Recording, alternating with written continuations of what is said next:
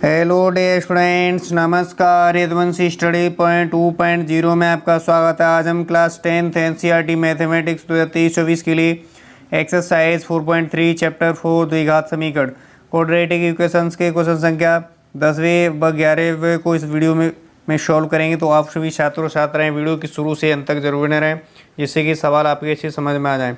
अगर एक बार सवाल अच्छे समझ में आते हैं तो आप इस प्रकार का कोई भी सवाल आसानी से हल कर सकते हो। तो आप सभी छात्रों छात्राएं वीडियो की शुरू से अंत तक जरूर बने रहें। और जो भी छात्रों छात्राएं इस वीडियो के माध्यम से नए जुड़ रहे हैं वो चैनल को सब्सक्राइब करके बेल आइकन को जरूर प्रेस करें, जिससे कि मेरे चैनल पर जो भी नई वीडियो अपलोड होगी इसका नोटिफिकेशन आपके पास सबसे पहले समय से पहुँचेगा। तो आइए, जो क्वेश्चन संख्या 10वां है उसे हम सॉल्व करेंगे।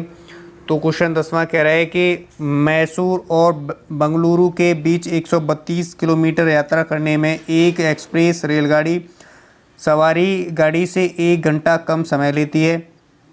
पुस्तक में लिख रहा है कि मध्य के स्टेशनों पर ठहरने का समय ध्यान में न लिया जाए। ठीक है, जो रेलगाड़ी ठहरती है उसका समय नहीं ध्यान में लिया जाता है। यदि एक्सप्रेस रेलगाड़ी की औसत चाल सवारी गाड़ी की औसत चाल से 11 किलोमीटर प्रति घंटा अधिक हो तो दोनों रेलगाड़ियों की औसत चाल क्या करना है, हमें ज्ञात करना है। ठीक है, तो हमें जो दिया होता है इन सवालों में, जो भाषा वाले सवाल होते हैं, इन सवालों में जो दिया होता है वही हमें ज्ञात करना होता है। रेलगाड़ियों की औसत चाल दे रखा है ज्ञात करने के लिए, तो यही हमें क्या करना है, रेलगाड़ी की औसत चाल ज्ञात करना है। ठीक है, भाषा वाले सवाल ज़्यादा कठिन नहीं होते, एक बार अगर भाषा समझ में आ जाए तो आप आसानी से सवाल सॉल्व कर सकते हो। ठीक है, तो यहाँ पे क्या करेंगे, मान लेंगे यहाँ पे कि माना कि जो हमारी सवारी गाड़ी है उसकी औसत चाल को किलोमीटर मान लेंगे। तो इसे हम जो 10वां है हम सॉल्व करते हैं, इसे हल करेंगे। इसको तो लिखेंगे माना कि सवारी गाड़ी की औसत चाल हम मान लें x किलोमीटर प्रति घंटा मान लें। हमने क्या किया, x किलोमीटर प्रति घंटा मान लिया। अब हमारा कह रहा है कि जो कह रहा है एक्सप्रेस रेलगाड़ी की औसत चाल सवारी रेलगाड़ी की औसत चाल से 11 किलोमीटर प्रति घंटा अधिक है। ठीक है, तो हमारी जो सवारी गाड़ी है इससे जो एक्सप्रेस की चाल है वो 11 किलोमीटर प्रति घंटा है। तो लिखेंगे तथा एक्सप्रेस रेलगाड़ी की औसत चाल मान लेंगे क्या, इससे 11 किलोमीटर प्रति घंटा की रफ्तार अधिक है। तो कितना हो जाएगा, x + 11 किलोमीटर प्रति घंटा हो जाएगा। कितना हो जाएगा, किलोमीटर प्रति घंटा हो जाएगा। अब हम जो दिया है उसको भी लिख लेंगे, मैसूर और बंगलुरु के बीच की दूरी को भी लिख लेंगे। लिखेंगे मैसूर, दूरी भी लिख लेंगे। हमें कितना दे रखा है, 132 किलोमीटर दिया है। कितना दिया है, यानी 132 किलोमीटर 132 किलोमीटर दिया है हमें। कितना, जो बंगलुरु और मैसूर के बीच की दूरी दे रखा है। तो हम यहाँ पे जो फॉर्मूला लगाएंगे वो हम लगाएंगे समय बराबर क्या होता है, दूरी बटे चाल। कौन सा फॉर्मूला होता है, समय बराबर होता है हमारा, वो होता है दूरी बटे क्या होता है, चाल होता है। इस फॉर्मूले को यहाँ पे लगा देंगे तो लिखेंगे 132 किलोमीटर की दूरी लिखेंगे। 132 किलोमीटर की दूरी तय करने में सवारी रेलगाड़ी ने लिया समय, दूरी बटे चाल, दूरी हमें दे रखी 132। तो 132 चाल कितनी मानी थी हमने, x किलोमीटर। तो कितना हो जाएगा, 132 बटे x घंटा हो जाएगा। ठीक है, अब ऐसे ही 132 किलोमीटर की दूरी तय करेगी क्या, हमारी जो एक्सप्रेस है वो वाली। तो 132 किलोमीटर की दूरी तय करने में एक्सप्रेस रेलगाड़ी ने लिया समय बराबर दूरी बटे क्या समय बराबर होता है दूरी बटे चाल। तो हमारे पास दूरी कितना है, 132 है, और समय कितना माना हमने, x + 11। तो कितना हो जाएगा, x + 11। अब क्या करेंगे, प्रश्न के अनुसार करेंगे। प्रश्न से लिखेंगे,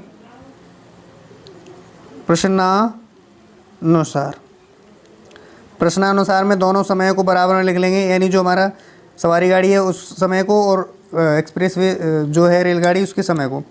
तो सवारी गाड़ी का समय वो 132 बटे लिखेंगे x बराबर का लिख लेंगे 132 बटे x + का 11। यहाँ पे सवाल में देखा जाए तो सवाल में ये कह रहा है कि मैसूर और बेंगलुरु के बीच 132 किलोमीटर यात्रा करने में एक एक्सप्रेस रेलगाड़ी सवारी गाड़ी से 1 घंटा कम समय लेती है। यानी किससे 1 घंटा, जो वाली एक्सप्रेस वाला जो समय है वो वाली रेलगाड़ी जो हमारा सवारी गाड़ी है उससे 1 घंटा क्या लेती है, कम समय लेती है। इससे 1 घंटा कम समय लगेगी कौन सी गाड़ी, जो हमारी एक्सप्रेस गाड़ी है वो।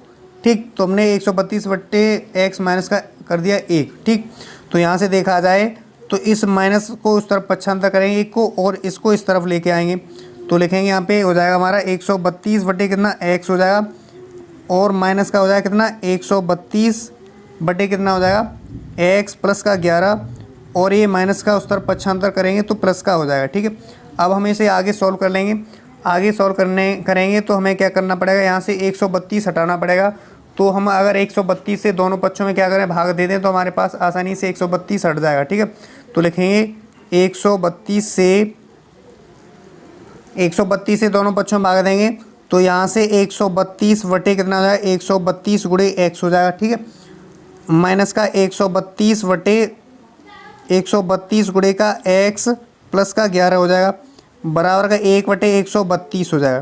ठीक है, तो यहाँ से देखा जाए तो 132 से 132 से कट जाएगा, तो यहाँ से क्या बचेगा, ऊपर 1 बचेगा, 1 बटे x माइनस का 1 बटे x प्लस 11 बचेगा इधर। ठीक है, बराबर का 1 बटे 132 है।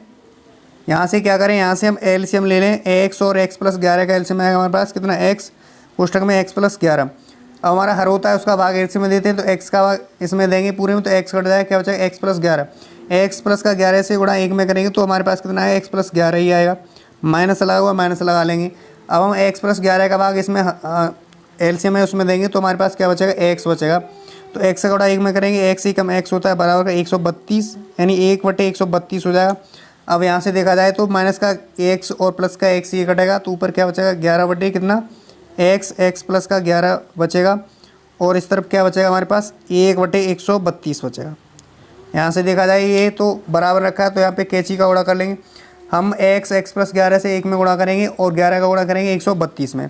तो यहाँ से गुणा किया जाए तो हमारे पास आ जाएगा x प्लस का 11 आएगा, बराबर का हम करेंगे क्या, 11 का गुणा इसमें करेंगे 132 में, तो 11 दूने 22 का हो जाएगा 2, हासिल लगा कितना, हासिल लगा 2, 11 33 और 2 35 होता है, और हासिल लगा 3, 11 एकम 11, 11 और 3 कितना होता है, 11 और 3 14 होता है, तो 1452 हो जाएगा।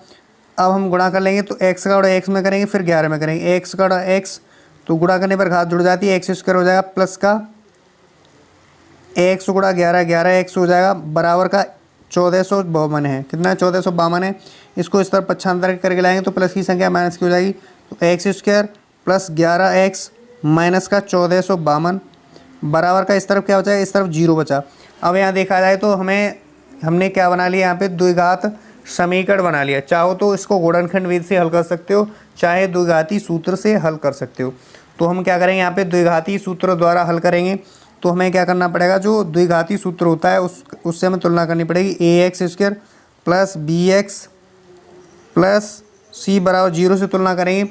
जब तुलना करेंगे तो x की जगह x है, a की जगह कितना 1 है, यहाँ पे क्या 1 है, तो a बराबर कितना आएगा 1 आएगा, और b बराबर कितना आएगा, x की जगह x, b बराबर कितना आएगा 11 आएगा, ऐसे ही c बराबर कितना आएगा, c की जगह c, और c की जगह कितना है माइनस का 1452 आ जाएगा। ठीक है, अब हम क्या करेंगे, यहाँ पे जो सूत्र होता है उसे हम लगा देंगे। क्या करेंगे, सूत्र से हल करेंगे। तो यहाँ पे हम दूसरे पेज पर जो है हल कर लेते हैं इसको हम यहाँ पे हल कर लेंगे। तो हमें जो d बराबर विविक्त कर बराबर होता है हमारे पास, वो फॉर्मूला होता है b स्क्वायर माइनस का 4ac होता है।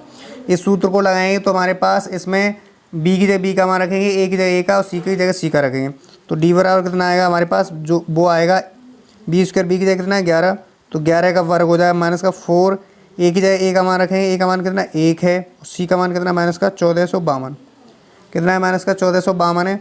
तो यहाँ पे अब क्या करें, इसे सॉल्व कर लिया जाए।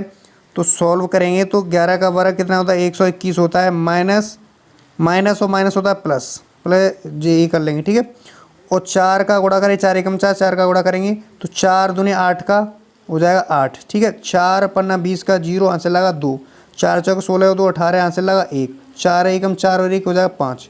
ठीक है, इस तरह से हमारे पास कितना है 58 8 आया। ठीक, अब क्या करेंगे, हम इसको 121 को जोड़ लेंगे तो 1 और 8 हो जाएगा 9, तो डी बराबर कितना आएगा, 1 और 8 9 हो जाएगा, 2 और 0 2 हो जाएगा, 1 और 8 9 हो जाएगा और ये 5 हो जाएगा। हमारे पास डी का मान कितना आया, 5929 आया। ठीक, अब हम यहाँ पे द्विघाती सूत्र रखेंगे तो लिखेंगे द्विघाती सूत्र से, लिखेंगे द्विघातीय सूत्र से।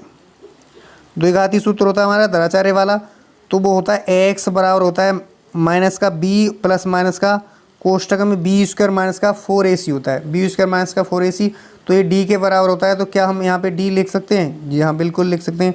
अपॉन होता है 2a होता है, 2 गुणा a होता है, तो हम यहाँ पे जो मान है उनको रख देंगे, तो हम x बराबर निकलेगा हमारा मान, वो निकलेगा माइनस b की जगह b का मान रखेंगे, तो b का मान कितना है हमारा, यहाँ से देखा जाए तो b का मान कितना है 11 है, तो b माइनस का 11 हो जाएगा प्लस और माइनस d का मान कितना है, d का मान आया है कितना, कोष्ट अंडर रूट में रखेंगे 5929 रखेंगे।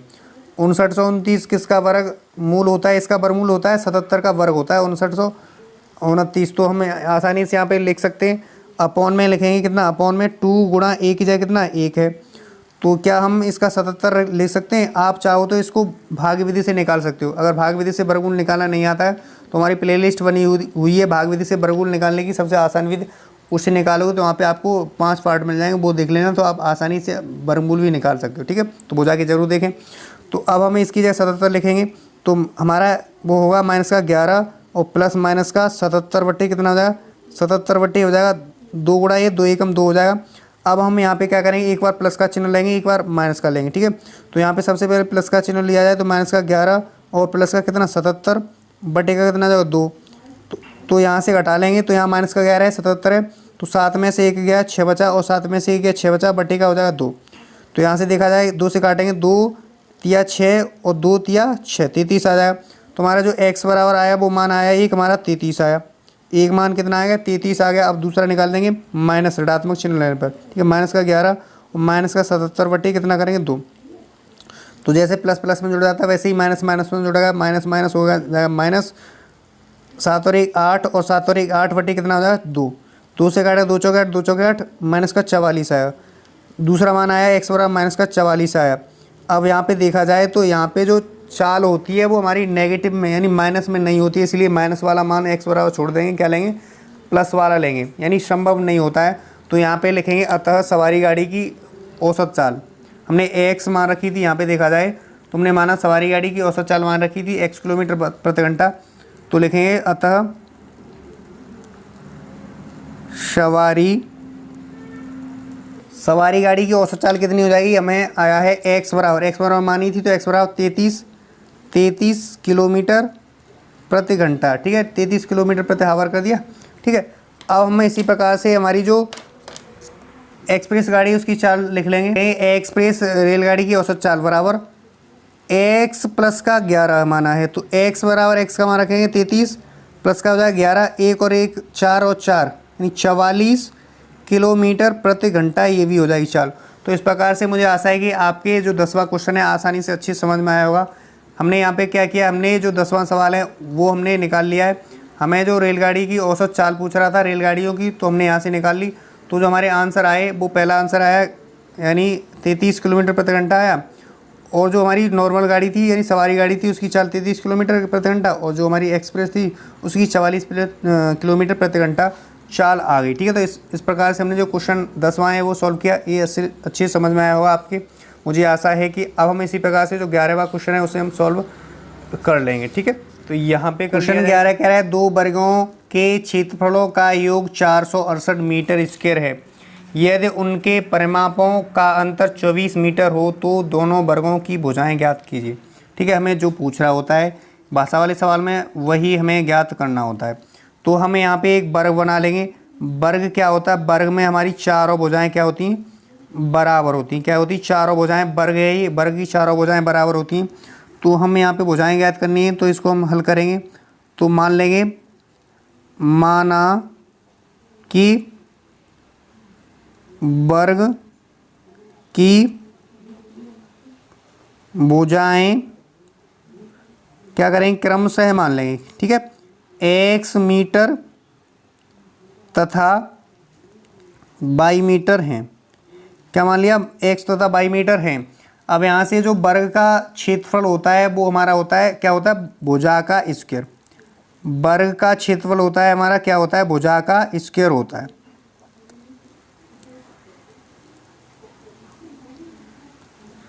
भुजा स्क्वायर होता है, क्या होता है, भुजा स्क्वायर होता है। ठीक है, तो हम क्या करेंगे यहाँ पे प्रश्नानुसार कर लेंगे। ठीक है, तो यहाँ पहले क्या करें, इसको जो क्षेत्रफल है उसको निकाल लेंगे।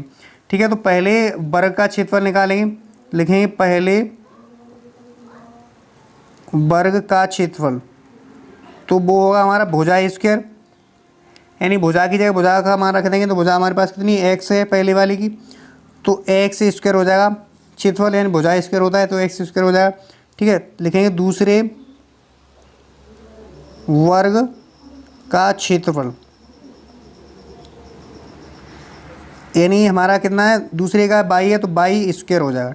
ठीक है, अब हम करेंगे प्रश्नानुसार। प्रश्नानुसार में कह रहा है कि दोनों वर्गों का क्या है, क्षेत्रफलों का योग। ठीक है, तो लिखेंगे दो वर्गों के क्षेत्रफलों का योग कितना दिया है, 468 मीटर का स्क्वायर दिया। ठीक है, तो दो वर्ग कौन कौन से, एक्स क्षेत्रफल निकालिए, तो दोनों वर्गों का क्षेत्रफल हो जाएगा एक्स स्क्वायर प्लस योग के लिए जोड़ का चिन्ह लगा लेंगे, बराबर का एक्स प्लस 22 स्क्वायर, यानी sorry x square plus 22 square बराबर कितना हो जाएगा, 468 हो जाएगा। ठीक, इसको हम क्या करेंगे, इसको हम समीकरण पहला बना लेते हैं। ठीक, अब हमारा क्या कह रहा है, परिमापों का अंतर दे रखा है। तो हमारा जो वर्ग का परिमाप होता है, वर्ग का परिमाप होता है वो हमारा होता है क्या, 4 इंटू भुजा होता है। कितना होता है, 4 इंटू भुजा होता है। तो अंतर के लिए क्या करेंगे, घटा लेंगे, तो अंतर हमें 24 दिया है, तो जो हमारा अंतर हो जाएगा वो हो जाएगा 4 गुणे का पहले वाले जो वर्ग है उसकी भुजा x मान रखी थी और दूसरे वाले की मान रखी थी 22, तो 4 गुणे 22 बराबर कितना हो जाएगा, 24 अंतर है। तो हमें यहाँ से x यानी 4 कॉमन ले लें, तो 4 कॉमन लेने से x बचेगा, 4 का भाग 4 में देंगे, 4 से 4 कट जाएगा, क्या बचेगा, 22 बचेगा, बराबर का 24 बचेगा। ठीक, यहाँ से देखा जाए तो x माइनस का 22 बराबर निकालेंगे, तो 24 बटे कितना हो जाएगा, 4, 4 से काटेंगे, 4 छिंगा 24, तो x माइनस का 22 बराबर कितना आएगा, 6 आएगा। तो हमें यहाँ से क्या निकालें, हम यहाँ से जो 22 का मान निकाल लेते हैं, तो हम इसको समीकरण चाहो तो बना सकते हैं दूसरा। ठीक है, दूसरा बना लेंगे। अब यहाँ से 22 का मान निकालेंगे तो माइनस का 22 बराबर हो जाएगा कितना, 6, ये पक्षांतर करेंगे, x उस तरफ जाएगा तो माइनस का x हो जाएगा। ठीक है, प्लस की संख्या x हो जाएगी, प्लस की संख्या हो जाती है माइनस की, तो प्लस का x है, माइनस का x हो जाएगा। ठीक है, तो इसको क्या लिख सकते हैं, माइनस का 22 बराबर का माइनस का x और प्लस का 6 लिख सकते हैं। ठीक है, तो यहाँ से क्या करें, माइनस कॉमन ले लें, तो माइनस कॉमन ले लिया जाए तो माइनस से माइनस कटेगा, x बचेगा, और माइनस का क्या बनेगा, माइनस और प्लस माइनस होता है 6, और बराबर का इस तरफ क्या है, माइनस का y है, तो माइनस से माइनस कट जाएगा, तो y बराबर कितना आएगा, y बराबर आएगा x माइनस का 6, तो y बराबर x माइनस का 6 आया। तो लिखेंगे y का मान समीकरण किस में रख दें, पहले में रख दें, तो आसानी से हल कर सकते हैं इसे। ठीक है, तो यहाँ लिखेंगे y बराबर 6 को समीकरण 1 में रखने पर, रखेंगे समीकरण 1 में। समीकरण 1 हमारे पास है x square plus y square बराबर का करना है 468 दिया है, 468 दिया है। हम बाई की जगह बाई का मान रखेंगे तो x square plus by square, यानी बाई की जगह कितना रख देंगे, सॉरी बाई की जगह रखेंगे एक्स माइनस का 6। ठीक है, तो एक्स माइनस 6 का स्क्वायर हो जाएगा बराबर का 468 हो जाएगा। यहाँ से देखा जाए तो इसमें सूत्र कौन सा लगेगा, वो सूत्र लग जाएगा हमारा a माइनस बी का होल स्क्वायर वाला फॉर्मूला इसमें लग जाएगा। ठीक है, इसे लगाएंगे तो हमारा वो फॉर्मूला होता है, वो हमारा होता है ए स्क्वायर माइनस का 2ab प्लस का होता है बी स्क्वायर। तो इसे फॉर्मूले को लगा देंगे यहाँ पे, तो लगाएंगे एक्स स्क्वायर हो जाएगा प्लस का ए स्क्वायर, यानी एक्स स्क्वायर और माइनस का 2, ए की जगह एक्स है, बी की जगह कितना 6 है, और माइनस सॉरी प्लस का बी स्क्वायर, यानी 6 का स्क्वायर हो जाएगा बराबर का 468 है। ठीक है, यहाँ से आगे सॉल्व करेंगे, तो आगे सॉल्व करने पर x और x 2x स्क्वायर हो जाएगा। ठीक है, यहाँ से गुणा करेंगे 6 दूनी 12, तो माइनस का 12x हो जाएगा, और प्लस 6 का बराबर कितना होता है 36 होता है, बराबर का 468 हो जाएगा। ठीक है, चाहो तो इसको इस तरफ ले आते हैं, ठीक है। तो 2x² हो जाएगा माइनस का 12x हो जाएगा, प्लस का 36 है, इसको इस तरफ लाएंगे तो माइनस का 468 हो जाएगा, बराबर का इस तरफ 0 बचेगा। आगे सॉल्व करें, आगे सॉल्व करने पर 2x² होगा माइनस का 12x और ये घटा लेंगे, इन माइनस का कितना बचेगा, 8 में से 6 गया कितना बचा, 2 बचा, 3 में से यानी 6 में से 3 गया 3 बचा और ये 4 बचा, ठीक है, बराबर का कितना 0। यहाँ से क्या करें, 2 भी कॉमन ले सकते, 2 कॉमन लेंगे तो 2 से 2 कट जाएगा, क्या बचेगा x² बचेगा, 2 का भाग देंगे 2 × 12 होता है, माइनस का 2 का भाग देंगे 2 दूने 4, 2 एकम 2 और 1 बचा 2 × 12 बराबर का 0, ठीक है। अब हमें क्या करना पड़ेगा, 2 से गुणनखंड विधि से हल करोगे तो हमें क्या करना पड़ेगा, माइनस का 2 से 16 के ऐसे गुणनखंड करने पड़ेंगे, हमें 6 आ जाए आसानी से। तो हम इसे क्या करें, इसे गुणनखंड विधि द्वारा हल कर लें। तो हम इसके ऐसे गुणनखंड करेंगे तो हम कर लें 2 से 16 के गुणनखंड। यहाँ हम 2 से 16 के गुणनखंड कर रहे हैं, यहाँ से हमने गुणनखंड कर लिए। अब हमें ऐसे जोड़ा बनाना होगा, हमें 6 लाना होगा माइनस का। तो क्या करें, यहाँ से गुणा कर लें, 3 या 9, 9 दूने 18 और कर लें कितना 4 या 12, यानी 18 में से 12 का कितना बचेगा, 6 बचेगा। तो यहाँ से हमारा जो जोड़ा बनेगा वो कर लेंगे, यहाँ पे 2 से 16 माइनस का 2 से 16 के गुणनखंड करेंगे, वो हमारे कितना आएगा, माइनस का 18 गुणे का कितना आएगा, कितना 12 आएगा, ठीक है 12। ये वाला जोड़ा यहाँ पे ले लेंगे तो यहाँ लिखेंगे इसकी जगह x² लिखेंगे, माइनस का करें कितना, माइनस का ज़्यादा लाना है तो माइनस का 18x करें और प्लस का 12x करें, माइनस का 2 से 16 कर लें बराबर का 0। यहाँ गुणनखंड कर दे, 3 पत्ते 4 पद हो गए, 2 का जोड़ा बना लेंगे। अब यहाँ से कॉमन लेंगे, यहाँ से कर लिया जाए x² माइनस का 18x में से कॉमन लेंगे तो x² को लेंगे x गुणा x, माइनस का 18 को लेंगे 18 गुणा x लिखेंगे। यहाँ से x कॉमन आ रहा है, x कॉमन लेंगे तो x से x कटेगा क्या बचेगा, x बचेगा, माइनस प्लस माइनस माइनस होता है, x से x कटेगा क्या बचेगा, 18 बचेगा। तो इसकी जगह क्या लिख सकते हैं, इसकी जगह लिख सकते हैं x कोष्टक में x माइनस का 18, ठीक है। अब हमें क्या करना होगा, हमें प्लस का 12x माइनस का 2 से 16 से हमें कॉमन लेना होगा। तो 2 से 16 को क्या लिख सकते हैं, इसको लिखेंगे प्लस का 12 गुणे का x लिखेंगे, माइनस से इसको लिखेंगे कितना 18 गुणे का 12 लिखेंगे। तो यहाँ से क्या कॉमन आ रहा है, 12 कॉमन आ रहा है तो 12 कॉमन लेंगे तो 12 से 12 कटेगा क्या बचेगा x, और प्लस और माइनस होता है माइनस, 12 से 12 कटेगा क्या बचेगा 18x बचेगा, सॉरी 18 बचेगा। तो यहाँ पे लिखें प्लस का 12 कॉमन लेने से क्या बचेगा x माइनस का 18 बराबर का 0। ध्यान रहे कि इन दोनों कोष्टकों में संख्या होनी चाहिए बराबर, ठीक है। तो हमारा जो गुणनखंड है वो सही हो रहे हैं। तो हम क्या करेंगे, आगे करेंगे तो हमारा एक कोष्टक में आ जाएगा x प्लस का 12 आ जाएगा, दूसरे कोष्टक में क्या आएगा x माइनस का 18 बराबर का 0। अब यहाँ से देखा जाए तो यहाँ से हम दोनों के साथ एक बार x प्लस 12 के साथ 0 लेंगे, एक बार x माइनस 18 के साथ 0 लेंगे। तो हम यहाँ पे सॉल्व कर लें, इसको क्या करें, यहाँ पे जो है सॉल्व कर लें, यहाँ पे सॉल्व कर लें। तो सॉल्व करने पर हमारा लिख लें यहाँ पे जो है x प्लस 12 लिख लें, एक क्वेश्चन में दूसरे क्वेश्चन में x माइनस का 18 लिख लें बराबर का 0 है। जब जो x प्लस 12 बराबर का 0 लेंगे तो x बराबर कितना आएगा, माइनस का 12 आएगा, कितना एक मान आएगा x बराबर माइनस का 12। और जब x माइनस 18 बराबर का 0 लेंगे तो x बराबर कितना आ जाएगा, माइनस की संख्या 75 करने पर प्लस की संख्या हो जाएगी तो x बराबर 18 आ जाएगा। यहाँ देखा जाए तो यहाँ पे एक ऋणात्मक मान दिया है x का और दूसरा दिया है धनात्मक मान दिया है। तो ऋणात्मक मान क्या है, संभव नहीं होता है, इसलिए हम क्या लेंगे x बराबर 18 ले लेंगे, क्या लेंगे x बराबर 18 ले लेंगे। तो हमें दोनों वर्गों की भुजाएं याद करनी है। तो हम लिखेंगे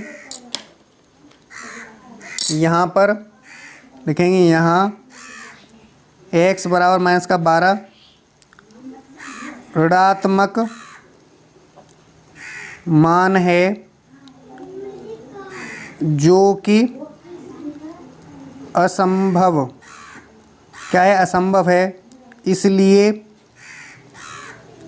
x बराबर कितना लेंगे, x बराबर लेंगे 18।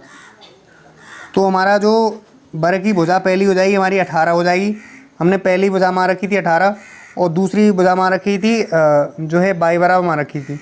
तो हम x का मान रख दें किसी समीकरण में तो हम आसानी से निकाल सकते हैं, क्या हम आसानी से y का मान निकाल सकते हैं। तो x का मान क्या हम समीकरण इसमें रख दें, इसमें रख दें दूसरे में, ठीक है। तो x बराबर 18 को समीकरण 2 में रखने पर 2 में रखेंगे तो हमारे पास ये y बराबर निकल आएगा, ठीक y बराबर निकलेगा हमारे पास यहाँ से है तो x माइनस का 6 आ जाएगा, तो y बराबर निकाल सकते हैं x का मान कितना है 18 आया, और माइनस 6 घटा देंगे तो कितना आएगा 12।